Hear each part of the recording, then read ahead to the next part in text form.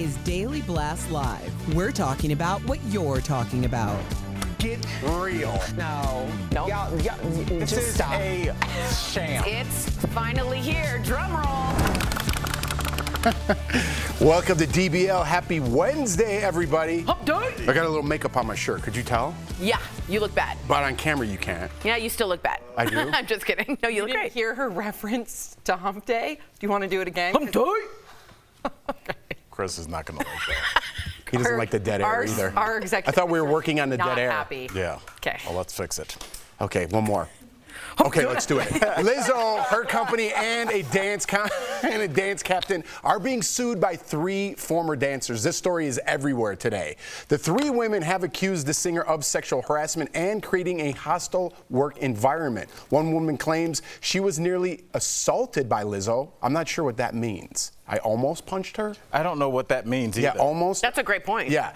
There is also a claim that Lizzo pressured the dancers to touch nude performers while attending a show in Amsterdam. There's a lot that goes into that as well. Yeah. Look it up. 2 of the dancers spoke with the Today Show, one claiming Lizzo called her out for gaining weight. Watch.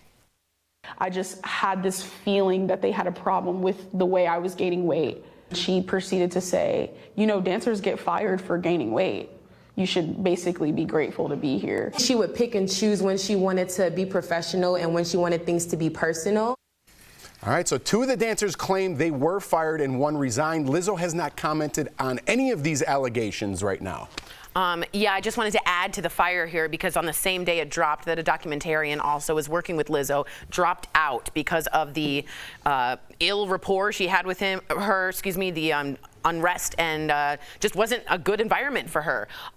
Where there's smoke, there's fire. And although we all love Lizzo up here, at least I know me and you love Lizzo and her body positivity and her big girls action and speaking out about how wonderful it is to be different shapes and sizes. This ain't good. This looks bad. Don't leave me and Al out of that statement. I didn't know if you like Lizzo. That was all I'm saying. I didn't know if you're a Lizzo Tori fan. and I have had conversations about the Lizzo documentary. No, I get it, but don't leave, like me and Al aren't for body positivity and things like that. We've had conversations specifically about Lizzo. I didn't want to say you guys like Lizzo because I don't want to speak for you. And I too not only saw the Lizzo documentary, but I also saw the Big Girl Show. I know these 2 young women from that show. Right. And to see the way that they idolized her, and when they found out they were moving on to the next round, it was like they won the lottery every week to move on because they so aspired to be next to this woman, behind this woman, supporting this woman. So to see this come out here, Sammy, I don't know. It does not look good, but it does bode the question for me in terms of workplaces that are high intensity. I can't imagine that working for Anna Wintour wasn't a high intensity workplace in which people felt that their jobs were on the line for performance reasons. So I wonder why it's not just Lizzo, but if she does go down for this, does it open up a lot of other people as well? Well, listen, I love Lizzo as well. I do think if it's more of a high intensity environment, and perhaps these are dancers who have not come up the traditional way and they're not used to those high intensity situations, I'm not condoning it, but perhaps that's part of the culture, then I do think other dancers will come forward. If other dancers come forward and start supporting Lizzo, then I think that we will hopefully see another side to this story. Unfortunately, right now, we only see one side. And I've learned in the past couple years to wait till you hear both sides to form an opinion. I agree with when there's smoke, there's fire. But I'm curious to see if perhaps some others will start to take Lizzo's side. And I think we might see that, to be honest with you. Well, we do have the Supreme Court here in the United States, but socially, Beyonce is the Supreme Court. Correct. Really? Yeah. Okay. Yes. So fans at Beyonce's concert on Tuesday also noticed that she omitted Lizzo from a shout-out during Break My Soul. You know that song? You're gonna break my soul. Good No, fill in there. not at all. Beyonce usually That wasn't calls... bad. It was pretty good. All right. There's that dead air. Beyonce usually calls out names of other female performers, but when Lizzo's name appeared on the screen, she just kept singing Badu, Badu, as in Erykah Badu, and did not say Lizzo's name. So does that change your mind at all?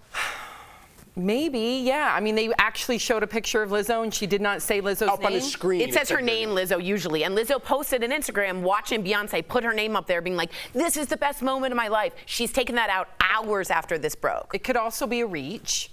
Again, I'm always trying to. Why are you so like defending? Here's my point, and it's not you, it's kind of society, right? The last 3 years, there was no defense. If you tried to stick up for someone that was quote unquote being canceled or corrected, you were also part of the problem. Now when you're running out of people to cancel and correct, people are starting to eat their own. And now we're coming up with the defense, but we're not using defense that you're part of the problem as well. I have just had some personal experiences happen in my own life As recently, yes, and with some of my family members where they were accused unjustly, and luckily through time they got their vindication. But if it was in the court of public opinion, that would have been very damaging to my family and to that individual. So for me, through my own personal experience, just like yours, I have learned to always try and see both sides first. I'm not saying Lizzo is either complicit or guilty or not guilty. I'm just simply saying I'm going to wait and see. That's all. I think that's the rational thought. That's what we should have been doing. So somehow we overcorrected all that, and now we're kind of like, well, wow, it's happening to me too. Just like everyone predicted, like, watch what you say because it's going to come for you too, right? You're going to lose your job family member. at your office or whatever it is. Now it's starting to happen. Right. Well, we have to give ourselves some credit here, DBL, because from day one of all this, even like when things like Aziz Ansari was accused of things, we were from day one, we were like, there's very little smoke here and this story seems strange. So we do give people, you know, unfortunately, the public does not, and whoever gets their narrative out there first wins. Yes. And in a case like this with the celebrity, they're never going to get their story out there first. It's always going to be the allegation. So even if it's disproven, the chances that somebody's going to follow the story from beginning to end are almost zero. The chances are for sure. people will read the headline, Jeff Schroeder insert here, Tori Schulman insert here, and then that's all they'll probably ever know about you for the rest of their lives. And that's why I've always questioned why somebody can come out with a serious accusation before charges have been filed. Just really quickly, though, it's not one person, it's three. It's important that there's three. They wouldn't have done it. I like how we're rationalizing. 3 years ago, this wouldn't have happened. But they're all this would not connected, have those happened. three people. I'm not, again, by even just challenging this, I'm not saying those three people are not telling the truth. Of course not. We see I that. believe women. I do, but I also believe that people can have different perceptions of what certain industries are like. And I also think there's a generational divide when it comes to certain tolerance to work ethic in said environment. Yeah, generational. Sam, let me ask you this question. Do you think that work as we know it should change in terms of dynamics? Like, you guys just shouldn't be out past work hours for any reason? I've stopped doing that. I've stopped. I mean, it's, you know... I don't go and drink with my colleagues. I've stopped doing all that. I won't. I'm not going to jeopardize everything I've worked hard for and my family for one night out. For what? Right. How many Christmas and Halloween parties have been the end of... You can't do those anymore. There is a sadness, but I wonder if just like every business across the board needs to start really regulating what your employees do after work. I don't care if it's employee intramural basketball That's great. game. That's just incredibly unconstitutional to do. I agree with Tori. You can't do that. You got to make up the... You can't regulate what people do. Don't bring the Constitution. I'm just talking socially. You can't go to Christmas parties. I can't go drinking with you because everyone makes themselves a victim. So if I'm there in their presence, I'm at that place. Oh, yeah, they get too drunk and they crash. I'm to blame somehow. I get because that. they don't want to take responsibility for their own actions. Right. If I make an off-color joke that because I think we're friends, they could take that and use it against me. Jeff, let me tell you this because you said I can't because I have a family and I understand but listen, Jeff's saying I don't want to do that personally. What you're saying is they have to regulate. You can't regulate that. He can make that personal decision. I agree with Tori. Yeah, socially. You can't regulate what your employees do? Off the lunch that they can't go out to eat with others? What are we, fascists? I wouldn't say, but then where does it stop? Do you also say that they can't go out and overconsume alcohol? Can you tell your employees what to do? Tell them that. No. You can't. But you have to learn the hard way. You have to learn the hard way. Let me tell you this quick anecdote, and I know we have a story, but this is directly related. This is good. We're going to stick on here. I was talking to a very, very good friend of mine that was a writer on a television show that worked for a large company. Okay, we'll just leave it at that. They are at happy hour at the end of this just happened. They're at happy hour talking. Some other employees from said company, because there's thousands of employees, also come. They were not invited. They do not work on the same show. They overheard a joke that they didn't like from those people and went to HR on Monday. So they were just in a public place with people that they knew worked in the same place, but got them in trouble on work hours. So that's why I'm saying do you have a right to say that we do not interact at all off of work hours because this can come back to work? As a corporation, no. You do not. But as an individual, you need to take accountability to protect your family in this day and age. Yes. I do want to say, though, because our conversation has gone towards that, because the pendulum has swung completely in the other direction, I do want to just cushion it by saying there are a lot of disparities and abuses of power in said environments, and it's important for people to feel comfortable and confident to speak out against those injustices. Again, that's why we're treading lightly with the Lizzo situation. However, there's two sides to the coin sometimes. And for the court of public opinion, stay out of it. That's all I'm going to say. Right. And as a boss, Al, I think I get what you're saying. You just can't sponsor those events, right? That has nothing to do with the Constitution. You could say, hey, I'm having a Christmas party. It's on me. Everybody have 2 drinks and I'll get food and stuff. Someone crashes. That's on you as a boss now. So those little events that brought everyone together and makes your work environment stronger are no longer, as a boss or even as a coworker, I would say, I don't want to do those anymore because I don't want to be responsible, because people do tend to. Some people will use that against you in some way. There is discriminations. There are things that people really need to talk about, but sometimes they're used against you because they're not happy in their environment and they want to take you down because they're unhappy. That's an I'm not honest putting myself in conversation. those situations. Agreed. I just think we're also forgetting that networking and personal friendships and marriages come from also being around people, and we're isolating ourselves so much now that we're saying you can't go out with anyone after work. No one said you can't. I know, you're making the personal choice. I'm just saying you can't regulate I think it's that. a foolish choice too. I agree with that. I agree with that. I would agree with that. Because I've learned that too. No matter what happens, if it's them versus you, you're always going to be in the position of maybe the more powerful one, even though you don't feel like it. I just met my husband doing that, so yes, it's hard that would be super illegal now. Yeah, you're right. That would be super illegal. That friendship circle. Ew, golly, what was that? Never make that sound again. Is everybody here offended? Are we going to HR? Yeah. All right. Christmas party's canceled. Coming up on DBL, Gwyneth Paltrow. What about gives Hanukkah? fans? Oh, I didn't. Well, that's 2 strikes against me. You're out. Gives fans a chance to stay in her guest house. Not a good idea, Gwyneth. And what's up with celebrities getting banned from entire countries? Tori's going to explain in her segment. Actually. Thought you were gonna... DBL, this show is amazing. There's a lot going on down here. I would have been part of the Mile High Club. Yeah. So on point. But I'm gonna have a conversation about what's happening now. Oh, I'm good, thank you. What I was just thinking is my dad, who was number 23 at his law firm, and now there's over 400 people. He was one of the beginning. He went into an elevator recently, and all these people walked in, and they're like, "Oh, Jerry! Oh my God! Nice thing." Blah blah blah. He didn't know a single person's name. He had never seen these people before. He had never, because he doesn't go out to lunch. He's an introvert, and he said to me one night after a bourbon, which is rare for Jer.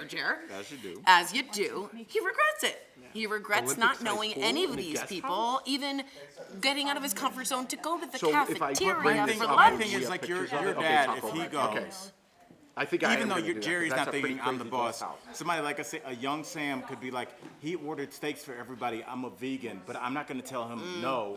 So I ate a steak against my religious or moral, whatever. And So how do people get together anymore? I don't think you can. Are you And saying that's you why can't? robots are starting to take over you saying people's that- corporations. You can go out with people from work anytime you want. It just can't be a company-sanctioned Right. Right.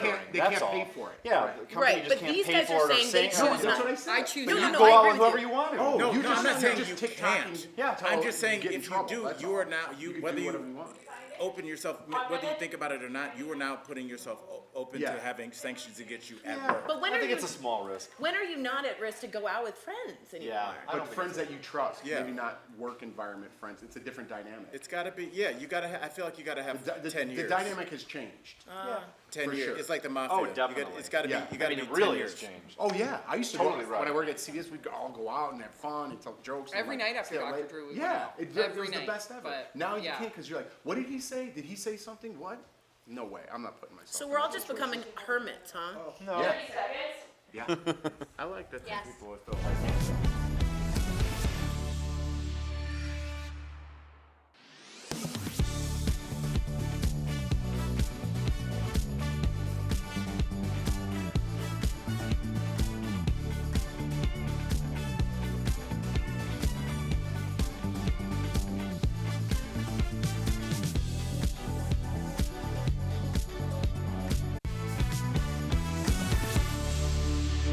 Welcome back. Now, you might have recently seen Maddie Healy, aka singer of the 1975, aka Taylor Swift's ex, was banned from Malaysia for breaking the country's laws surrounding homosexuality after he kissed his bandmate on stage.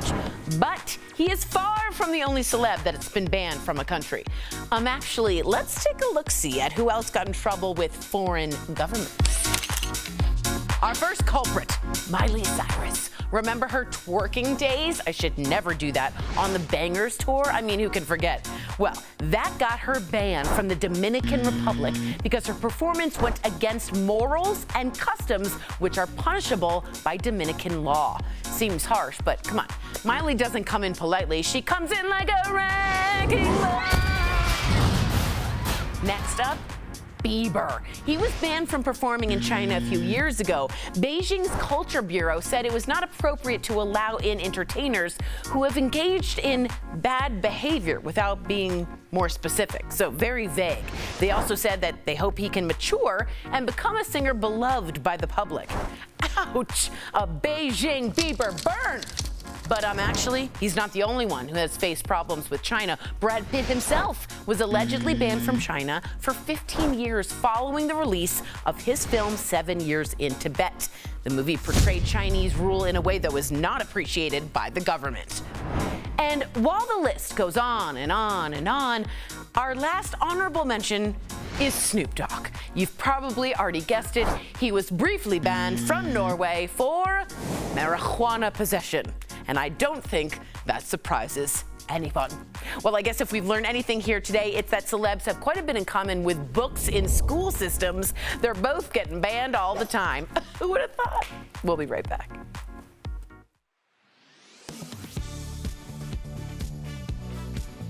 Across America with Mega Jackpots, it's Mega Millions. With no jackpot winner since April, the current Mega Millions grand prize has grown to more than $1 billion. The mega-sized jackpot has generated a lot of ticket sales. Now some viewers want to know, do the odds of winning Mega Millions change depending on how many tickets are sold or how long it's been since a winner? Let's verify. Our sources are Mega Millions and Joshua Johnston, the director of Washington's lottery. According to Mega Millions, the odds of winning the jackpot are about 1 in 302.6 million. Since the numbers never change, those odds remain the same, regardless of how many tickets are sold or the size of the jackpot. No, the odds do not change depending on the amount of tickets sold. It doesn't matter if it's $20 million or $1 billion, the odds are the same. But what if no one has won in a long time? Do the odds of someone winning a jackpot improve? Well, the odds of the jackpot getting hit do increase because we are seeing a lot more people play. So the more people that play, the more combinations that are being used, and therefore the likelihood of it getting hit does go up. So more tickets sold means it's more likely there will be a winner, but what can you do to improve your odds? If somebody is looking for a way to improve their chances of winning, that is by, purchasing more tickets. You have just a greater opportunity. But beware, while buying more tickets with different combinations will improve your odds, winning remains a huge long shot. Here are just a few things more likely to happen than winning the jackpot. They include getting struck by lightning, attacked by a shark, or becoming president of the United States.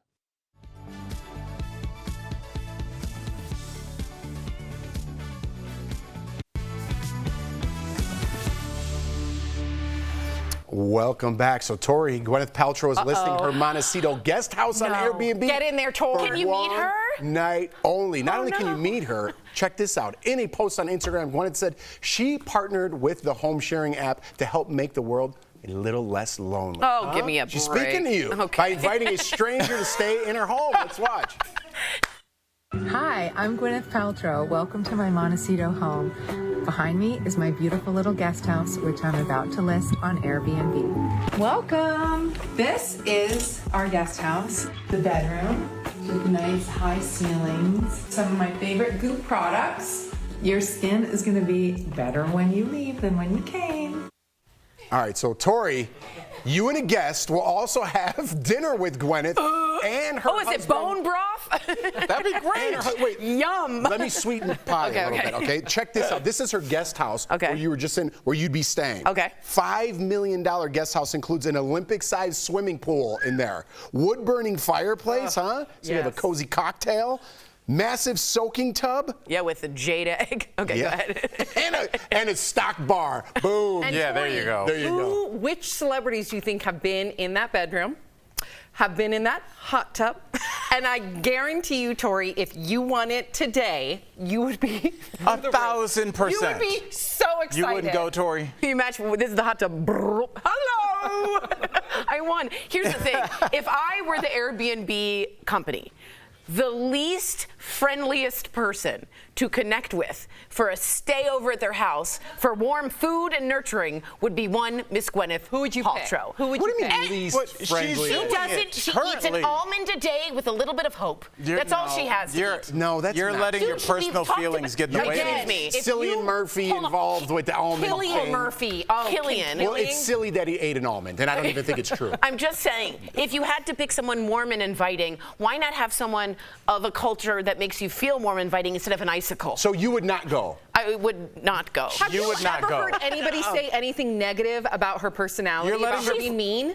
Yeah, a lot Who? of people say she's icy. Who? People who are cold. I'm just saying, does she seem nurturing to you? Yes. Nurturing. I don't, I'm not a huge fan, but I she don't seems understand kind. of people that you dislike. My personality is I would want to get to know them more. Right? I would go golfing with anyone. We've had this thing like, I won't even say names because people are crazy, but people that you despise, I would love to go golfing with for a couple hours and pick their brain and understand why they are the way they are. Right? As opposed to saying, I hate you and I want nothing to do with you and I don't understand you. It's so weird how that dynamic works. It's more that, do I want to spend does she feel inviting as a guest house owner to me? Do you It's ask, not that do you I ask hate that her. question of all your Airbnb purchases? Do you ask if they're nurturing before you go stay they in their are not property? with me. Dinner with them. Some people have guest houses. No, I'm saying to me, Who if would you pick? I would pick someone like, get in here. Who? Rhea Perlman. You just pulled that name I'm just. out of Well, she nowhere. asked me to. Al, who would you, like someone who's like, I'm like Stanley Tucci. Yes. He's gonna cook you a big Tooch. meal. He's gonna Yes. and Gwyneth is like, do you want some rice? No, I bet Gwyneth is a fantastic hostess, even if she's not enjoying the spread with you. Well, she's got some particular products. That's why that was. Yes. I just. I will be right back. When you go to fill up your tank, you usually pass a couple of gas stations. Sometimes the price is different, sometimes it's not. But what exactly is at these pumps? Is one brand of regular gasoline different or better than another? Let's verify. Is gas at all gas stations the same? These are our sources. Gas retailers across the U.S. use the same base fuel, according to AAA and NACS, a trade association for convenience stores and fuel retailers. But you're not just buying base fuel at the pump. The gas that comes out of here is a mix of base fuel and a proprietary blend of additives created by each retailer. The NACS says those additives are designed to clean and protect your car's engine. Without the additives, AAA says carbon deposits can build up on your car's engine, reducing performance and fuel economy. The Environmental Protection Agency requires all gas retailers to use a minimum level of additives that reduce deposits to at least 10% compared to additive-free fuel. AAA said that some automakers felt that that minimum level wasn't enough. So back in 2004, they established a new gas standard called Top Tier, which requires more additives that they say are higher quality.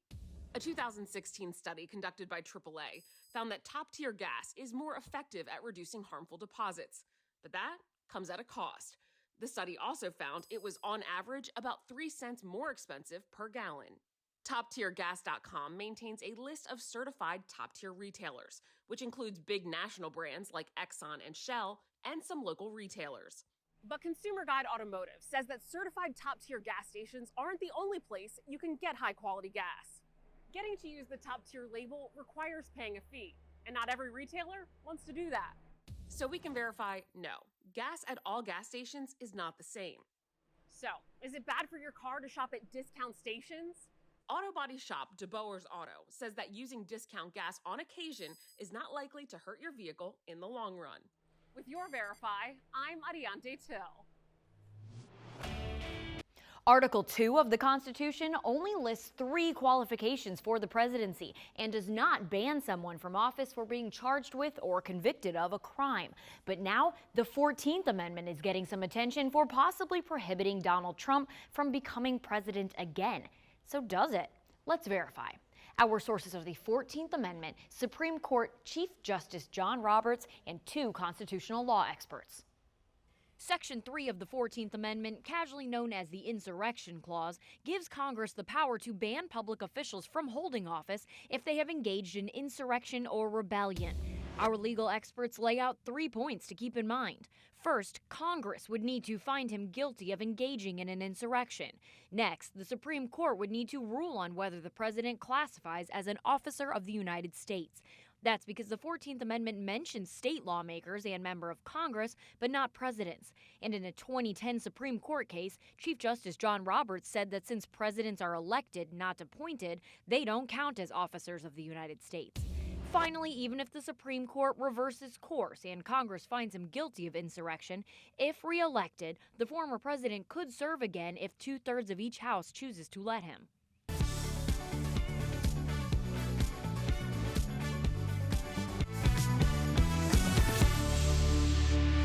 Welcome back to DBL. It's been the hottest summer ever because I sit right next to Al.